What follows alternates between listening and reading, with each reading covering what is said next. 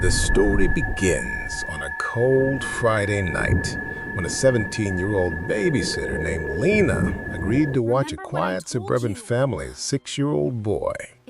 The parents left her with the usual rules: lights out by 9, no sugary snacks, and whatever she did, don't let him stay up watching music videos. They laughed when they said it, but the kid looked dead serious, almost afraid, like it wasn't a joke to him. For the first hour, everything felt normal. Lena made popcorn, helped him finish homework, then let him watch cartoons until bedtime. He didn't talk much, but when she tucked him in, he whispered something that stuck with her. "If he starts singing, don't look at the mirror." She ignored it, assuming it was some childhood superstition. But he forced her hand to his chest, like he needed her to believe him. The house grew quiet after that. Too quiet. Who's there? Around 9:30, Lena heard what sounded like soft shuffling coming from the hallway, Okay. then a faint, Stay calm. breathy humming. It took a moment to recognize the melody. Billie Jean. The notes were slow, off-key, like someone was trying to mimic it from a memory. She thought maybe the parents had left the TV on, but when she checked the living room, everything was off. The humming drifted toward the boy's room, and something about the rhythm made her skin crawl. When she stepped into the hallway, she froze. At the far end stood a tall, thin silhouette, shoulders slightly hunched, head bowed, its frame backlit by the hallway nightlight. The figure tilted its head in a strange, almost dance-like motion.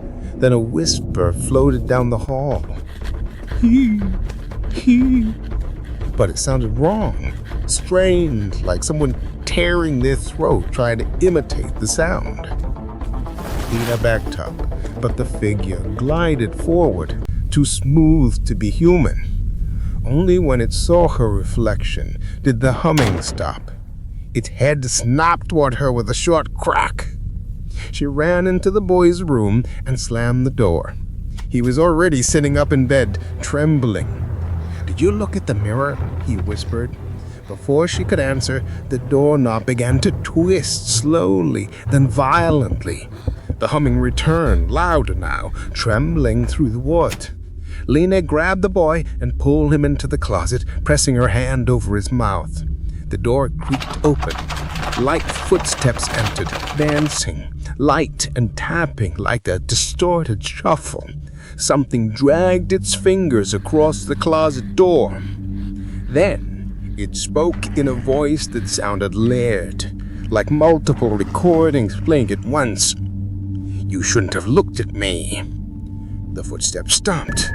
Silent. The thing vanished. The parents found Lena sitting on the floor hours later, pale and shaking, the boy clinging to her. She told them everything, but the hallway mirror was gone. Where it hung, the wall was empty, and deep scratch marks arced across the paint like something had been dragged through the glass. The family moved out 2 weeks later. Lena still swears she didn't imagine it, that whatever she saw wasn't Michael Jackson, but something that wanted to be.